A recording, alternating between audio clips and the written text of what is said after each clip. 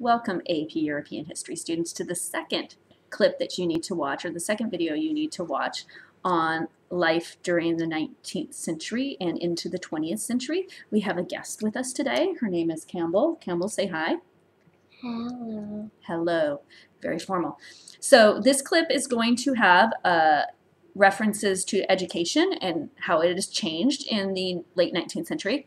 You'll learn about science, and you'll learn about the artistic movements of the time period, including realism, expressionism, impressionism. Okay, it's well for me. It's well for you? Are you excited? Can't wait to watch the video? Well, thank you for joining us. Goodbye. Goodbye. Thank you for coming. Education is going to really take off during the late 19th century and into the early 20th century. So education, state's role in education is going to increase, leading to further secularization of society, so less of a dependence on the church. There is an emphasis on loyalty and service to the state while decreasing the influence of organized religion. Again, this focus on nationalism. Say your Pledge of Allegiance every day. By 1900 in England, all children 5 to 12 years old were required to attend primary school. Education was free. In France, the Ferry laws, F-E-R-R-Y, required children ages 3 to 13 to attend primary schools, and schools were also free there. There will be, as a result of education, an increase in literacy. Men had higher rates of literacy than women. Urbanites were more literate than rural folk. Higher literacy rate in Northern and Western Europe than in Southern and Eastern Europe. So literacy and education follows industrialization. So the countries that were kind of left behind were the ones in Southern Europe and then, of course, Russia. Girls had less access to secondary education than boys. Those schools for girls grew somewhat during this time period. Families had to pay the cost to educate girls. So education was seen as a means of improving the economic chances of a good marriage for girls. On to the scientific advances during this time period. The two names that you'll need to know are Louis Pasteur, who developed the germ theory on disease. He came up with pasteurization, or the idea that you heat something up, heat something up to kill the germs. Fermentation caused by growth of living organisms, and the activity of these organisms could be suppressed by heating a beverage or something like that. For instance, your milk is most likely pasteurized. So they heat it up, they kill the germs, and then they cool it back down. So this new knowledge is going to help to reduce food poisoning. Joseph Lister developed the antiseptic principle in performing surgeries, resulting in far fewer people dying of infection, otherwise known as clean your instruments, please. Diseases such as typhus, cholera, and yellow fever were now under control due to improved availability of vaccines during this time period. A couple other names you might hear of is Mendeleev, who organized the rules of chemistry by devising the periodic table in 1869. You've got electromagnetism, which was discovered by Michael Faraday in the 1830s and 1840s. There's also Auguste Comte, C-O-M-T-E. He is the father of sociology, and he believed that you could study humans and discover laws of human relations. The next person that you, forgot, I was going to show you that there was a woman physician in Berlin during this time period. Her name is Franziska Tibertius. So just in case you want to know what the women were doing, there were a few exceptions to the rule that women were not allowed in higher education for the most part. But they're pushing for it during this time period. All right, Charles Darwin, on the Origin of the Species by Means of Natural Selection, was published in 1859. In it, he proposed the theory of evolution. All life had gradually evolved from a common ancestral origin in an unending struggle for survival. Species most able to adapt survived, otherwise known as survival of the fittest.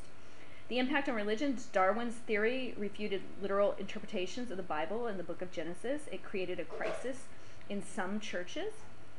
Thomas Huxley is going to become Darwin's biggest supporter, also called Darwin's bulldog. Social Darwinism, developed by Herbert Spencer, will apply Darwin's ideas to human society. And so survival of the fittest concept would dictate why some people were successful and others were not. It's later used by imperialists to justify the conquest of weaker peoples, and it's also used by major industrialists to justify their wealth while so many others struggled to survive. Spencer's ideas were very popular among the upper middle class, who felt like they worked their way there and deserved to be there, and if people got stepped on, it was their own fault. Also during this time period, you're not going to have a slide on it, but Sigmund Freud, he was considered a great psychologist. The three giants of the 1800s or the 19th centuries, along with Darwin and Marx, great thinkers, Freud, Darwin, and Marx. He believes that the human subconscious, otherwise called the id, was not subject to reason, thus people were not as in control of themselves as they might like to believe. He believed that people had repressed sexual desires that would lead them to psychological problems. He also was the founder of psychoanalysis. He believed hysteria of his patients originated in unhappy early childhood experiences where they had suppressed or repressed strong feelings. Under hypnosis, a lot of patients with free association of ideas would come up with reasons why they were unhappy. Another amazing woman during this time period is Marie Curie. She discovered the first radioactive element in 1910. There's many more. Rutherford split the atom in 1919, and Max Planck developed the quantum theory.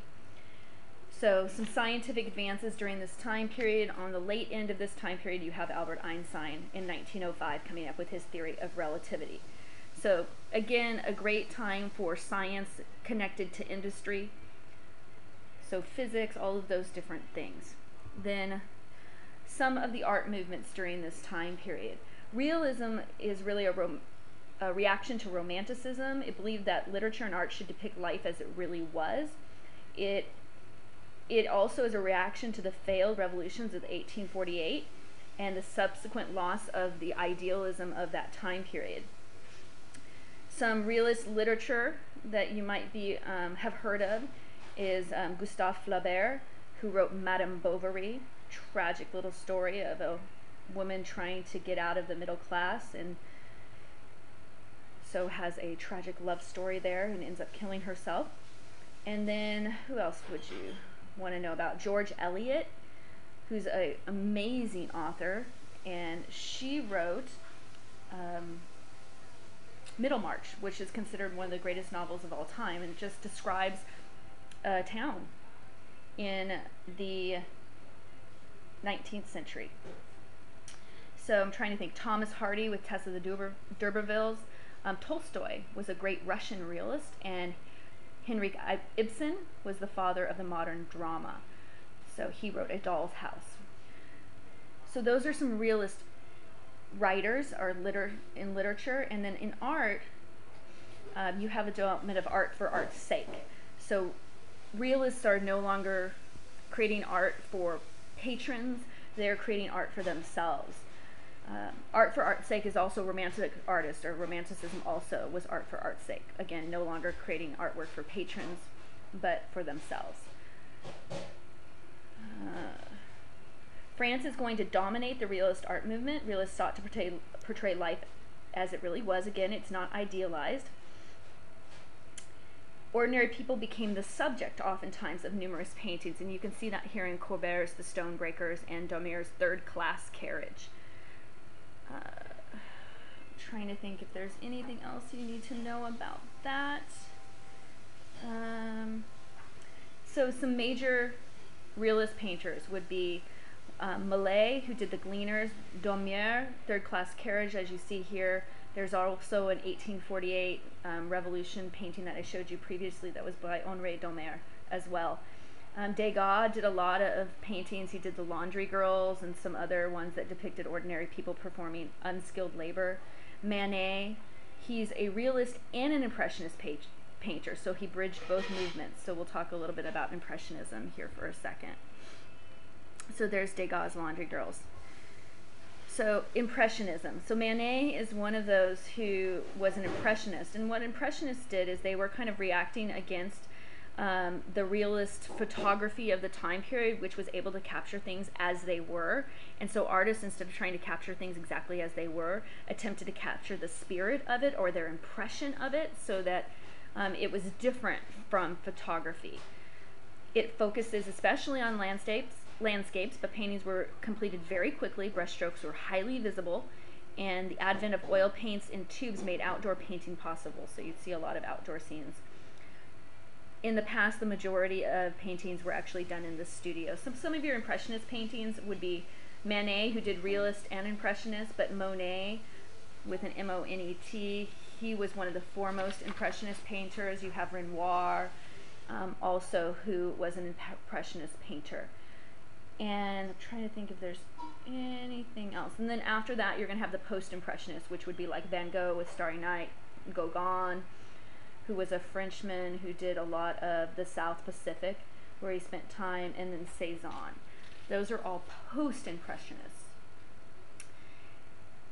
And then last, just so you know, in 1910, you're going to have something called Expressionism, which is the ultimate stage in the development of abstract, non-representational art. And that's where you start to get that movement between Picasso, who becomes kind of like this Cubism thing, starts in 1907, and then an Expressionist would be Kandinsky, who did his art in around 1910.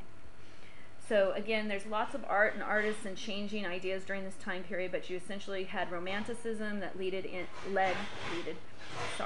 Romanticism that led into Realism, and Realism that led into Impressionism, and Impressionism leading into the Expressionism.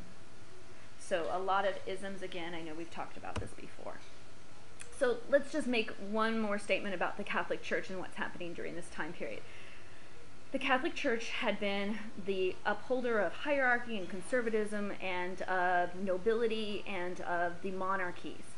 So the Catholic Church, in order to stay current and relevant during this time period, is going to have to make some changes. And one of the best known popes to take this on during this time period was Pope Leo XIII. And he sought to permit Catholics to participate in politics and part of liberal states.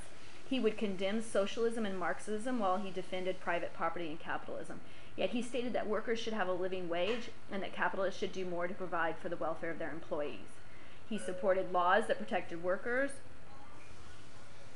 and his pronouncement led to the creation of the Catholic parties and trade unions at the turn of the century.